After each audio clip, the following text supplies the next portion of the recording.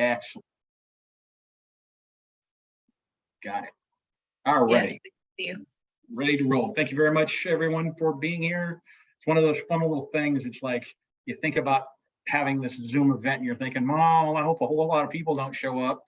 And then as you're waiting for everyone to show up, you're like, boy, hope it's just not 4 people. So thank you for attending. And we're here. We're going to do a quick 15,000 foot high level on the joys of maintenance connection, sort of go over why we're always saying put a work order in, never email direct, sort of give you some of the views on how things look from our end after you guys have done your work, and then we'll follow up with some questions and comments from there. So make sure I get this to. So this is what you guys see on your end as service requesters. This is the screen that you see as you go in, and on the left-hand side there, submit service request status. Those are your guys' 2 main areas. So you click on that, and it would give you this screen. This is what it sort of looks like, and I'm assuming the majority of the people here probably already know this, but there may be those 1 or 2 that are brand new that have not seen these things yet. They may not have access to maintenance connection. So reason why we show these screens. So this is where you'd put in your information, and down at the very bottom of that, where you see type and select, it really is important that you guys give us the location and sort of what you're looking for, because again, the better information we have at the start, the quicker things go. And I will speak to that a little more on some of the issues we have as the requests come in. On this next slide, I have it highlighted, service request status. So this is where you guys can go back into the system after you put a work order in, and it's still, nothing's happened to it. The ice machine is still not hooked up in science, where you're at, what's going on. This is where you guys can find your number. I know you've all done it at least once or twice. You'll email myself or Amber or whoever, or call us, and what's the number? This is where you can find your numbers to put into the email or to leave in the voicemail. Hey, where's FM work order 1, 2, 3, 4, 5 that I put back in April? What's the status? If you're able to check it here yourself, but it also helps us if you're not able to find it, to search on our end to maybe find out it could have been closed, whatever is going on. You all should also be getting, anytime this work order is touched by FM and they're doing work on it, you guys should be getting updates sent to your inbox telling you that it's been assigned to somebody, that it's been transferred to another department, or that it's on hold for whatever reason, or it's been closed. And if you guys get an email saying, vet tech drain closed, and full well that work order is not done, that's the warning sign for you to email back out, because there are times the FM guy or maintenance guy, they think they've completed it, when in fact they did not. So you really do need to sort of stay on top of those when you see those coming in. I know you probably get a lot of them and they can become background noise after a while, but those are very important emails to stay on top of track, drop into their own little folder. So when they come back up, you're able to find them relatively quicker. So this is what we start seeing on our end. This is the side of maintenance connection we see when we come in. So this is a snapshot taken from a couple months ago. It actually shows me the number of work orders that are outstanding. 2 of them that need my approvals to be sent to FM. All in all, there are 89 work orders, 9 have been issued. Then the next screen, this is where me, Sabrina, and Amber live the most. It'll sort of show you the breakdown of what your guys' work order looks like on our end. The ones you see on the left side that are it's still in bold. We've left them that way to keep our eye on them, but they're just sort of for our tracking purposes and make sure that to remind us if we haven't touched it yet, or if that there's a reason why we still have it in bold. On the far right of the screen, you'll see that little picture, new assignment. That's the one of the things I go in and I start looking for when I see work orders like this and there's no one been assigned to it yet. it either means it has to go to FM, or Amber or Sabrina haven't touched it yet to assign it to one of the techs. And what I like to see here is where it shows that Sabrina has been assigned to it as the supervisor of the maintenance techs, and one of the maintenance techs now has it on them. That is a work order that is in the system. It is being worked on, and Mike will get around to hanging pictures in SOC 157, put it where the sticky notes are at, that type of thing. When that then gets done, he writes on the hard copy that it's done. Amber comes back through and closes it. Again, all this information that's there, a lot of this information you guys put in first. So it helps us if we don't have to clean it up that much more. And the next slide really speaks to why we have some of the standards that we have to go over what we have. I'm always saying put a work order in or track this and track that. This is a report from 2018-19 school year showing the number of work orders that came into the department for us to touch campus wide. So as you can see, in that year, there were 1,685 work orders that came through the department. This was back before we had keys and MRON cards also in the system. My favorite category is at the very top. Category, no category ID. We had 874 work orders put in with no category ID. That's where we're now spending time to trying to figure out where it was supposed to go, who's supposed to be working on it, what is there. It shows us the HVAC from the grounds, the custodial.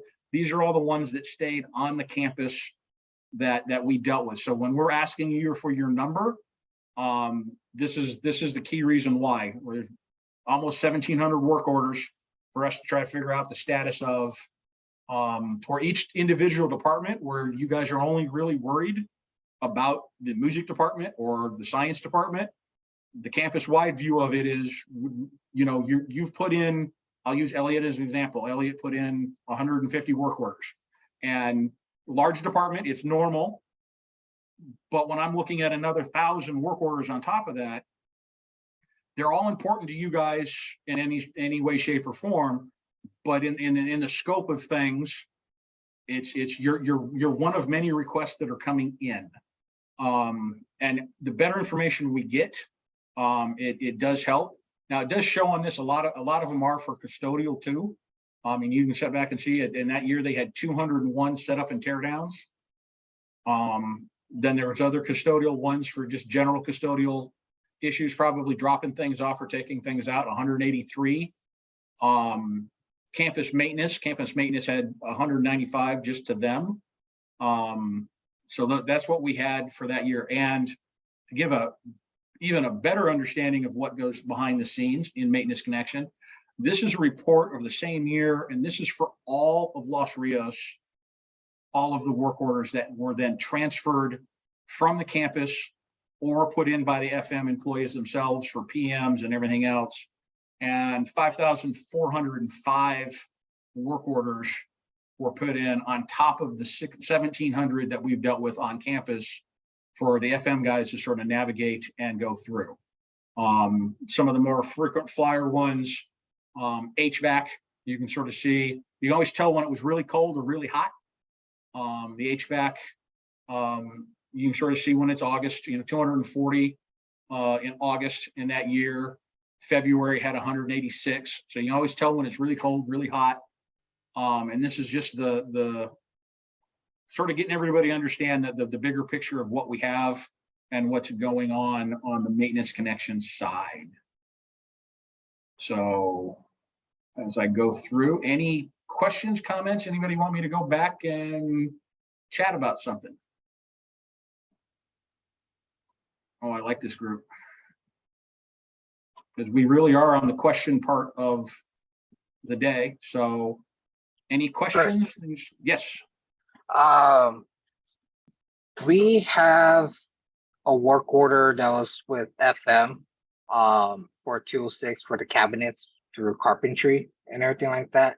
Yes. How can we get an update on that? Who do we contact? Would that be through Amber? You start with Amber. If you provide her with the work order number, if you still have it, and ask for the status of. I know which one you're talking about. Yes. And it's one of those things that I think what we still deal with from time to time on our side of the house, those that were put in our various phases of reopening and all that the things got lost in the shuffle, so to speak. So please let Amber know what that work order is so we can find out what's going on with that. Okay, thank you. Yep, I have a question. sure. A lot of times when we put in a ticket, sometimes it's come out and it's either resolved or closed out when I'm not here and I don't know what was done. And I don't know what communication there is, like any sort of feedback on like what was done or what's going on. So that is a ongoing process that we even deal with on our end with the facility maintenance department on letting us know when they've fixed something, because they'll show up, they've done their work order, they've done their part, and getting them to stop by and say, ceiling over in the such and such room is fixed, you're good to go. We almost have to go back. We are continuously trying to work with FM to stop by and tell us the status of their repairs.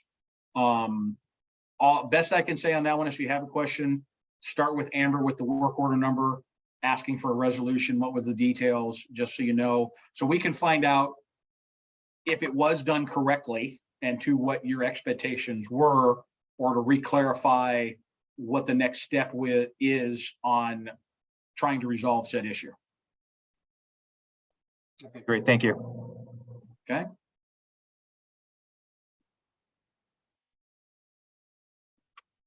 Come on, guys, you got to be more. We booked a whole hour. I can't just do 17 minutes. I'm going to have to start calling on people individually. Chris, Yes. I'm never quite sure under type if it's campus work order or just a work order. Start with campus work order.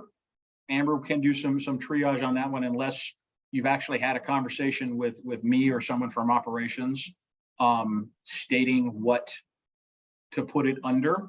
But we can triage it if it's supposed to be usually how the best way to understand that, if it's something that is trade specific, it's alarm codes being changed in the AME side of the building, it's a plumbing issue, you're needing electrical work done, that is an FM work order. That's not something the campus guys are doing. The campus work orders are things that Scott and Mike or Trevor right now usually do. They do some electrical work, but just not the high end level stuff that we need Jared or Russell to come out and make sure we do it correctly. More times than not, we'll give work orders to Scott and Mike both, and they'll go out and take a look at it, and they'll come back and let us know you need to send us to FM. So then Amber gets in and does what she needs to do to it, and we transfer it to FM to the appropriate shop. Usually at that point, it changes to a cost estimate. So we figure out how much it's going to cost us to do what you have thought up that needs to get done. So we figure out who's going to pay for it. If it's a couple $100, I usually just take care of it. Usually after about 1,500 is where I start having conversations with the department dean on who's paying for the work order that you guys are wanting. Got it. Thanks. Yep.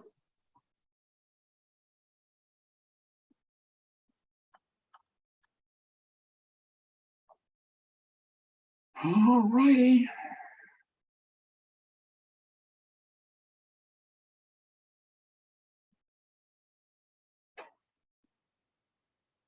Elliot, you have any questions, comments, concerns?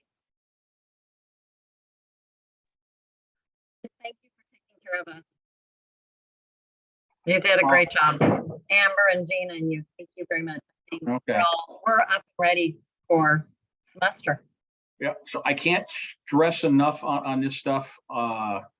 It really does do that old adage of, garbage in, garbage out. The better information you guys give us at the front end helps, slows down the question and answer time by FM when they'll come out and they'll have 23 questions and come back later with a couple more as they think about it more. So if you have questions, always feel free to reach out and ask and to figure out what's going on.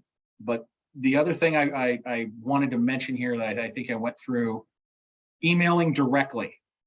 The last thing you guys want to do is email me a work order or something in a work order. Hey, such and such thing needs to be hung in the library or there and that. It'll get lost in the emails that come in and everything else. It'll get lost. If you email Amber or Gina directly or Sabrina directly, it has a high potential of getting lost in the email shuffle, to where if you put the work order into the system, you have a number that you're able to reference. It's there.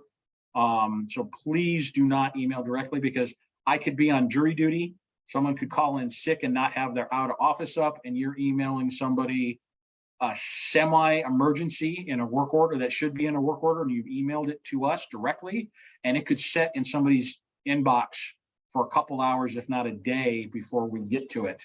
So anything that has to do with maintenance issue or a safety issue needs to be placed in the system in a maintenance connection. You can follow them up with an email saying, hey, Chris, I just put this work order in because of a safety issue over in science, da da da da da. Miss Elliott has her hand up. Yes. After, You're really quiet. sorry, after what hours? Still can't hear you. You're mumbled. I don't know what's going on. Can you hear me Nope. now? Oh, right. I don't know where your mic's at, but I can bear. It's like every other word I can hear. My computer issue today. Yeah, I think it is a lag thing. So I will put it in the chat. there you go.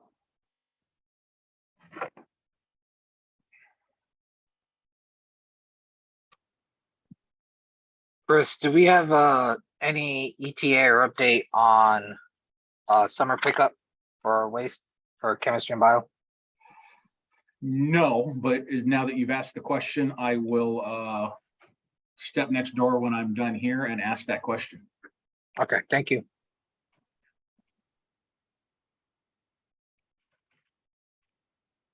Did you get it in chat, Miss Elliott? I'm not seeing. I don't see chat right now, so it's.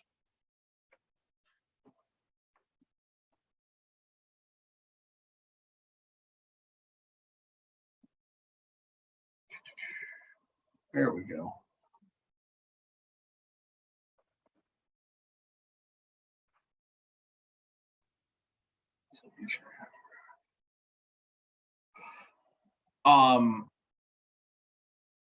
After hours, It is ready. so let's call it, it's 5:30, 6 o'clock at night. You would call LRPD dispatch, because they have the call out log or phone tree they're supposed to call for various, there's a busted pipe right outside of Science 410 and it's flooding the walkway, blah, blah, blah, which I think happened my first year here. So you'd call LRPD dispatch, tell them the problem. They are aware of the protocol of who they're supposed to start notifying FM wise on whatever the issue is, especially even if it's heating and cooling.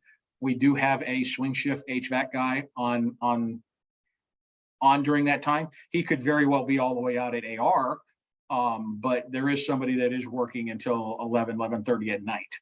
The best thing you can still do is especially on an evening one, I would definitely follow up the following morning to find out what happens. There are times, we could get a power surge and we trip an air handler, and all they have to do is like literally do a computer reset and it starts working fine again. But LRPD dispatch after hours, 2221 pound, hit 0 and go directly to the dispatch. It's don't listen to the phone tree looking for non-emergency, all this other stuff. They don't have the staffing for that. Hit 0, go directly to talk to a dispatch person and tell them what your problem is. Okay. That's if you have Amber, Gina, did I miss anything else that I need to clarify on, or are we good to go? I think you're good. Okay. Last time, you have an active little person here. If you got questions, let me know. Don't even have to be about maintenance connection. You got anything for me? Are we gonna bump up the money for Oak Grove Phase 2? Trying. Well, I'll put it to you this way. We're going to bump up the money for the other people at the table. You science people, just, you know, you're already in the penalty box for body checking. So I've had conversations with Teresa. She's aware of it. But she's also invited herself to our next meeting. So I will be taking a look at that list that Bonnie sent me the access to for the on the Google Drive and going on that. Again, it really is, as I tease everyone about this on something like that, it is what it is. It's you guys have a need. Everyone has a need and just limited funds to figure out how we're going to have to do it. So, and we'll go from there. So I think it'll work out, Jesse. I'm not overly worried about it. Okay, good. So, okay. Well, I'm going to give you guys a full extra 30 minutes to go do what you need to go do. It really was a quick little conversation about maintenance connection. You can expect a campus operations flex activity every time we have convocation. So if you guys have anything that is always a mystery to you on the maintenance operations side of the house and you want to have it talked about, send me a note and I will add it to the next slideshow at the spring convocation. Okay. I'll let everybody go. All righty. Thank you, guys.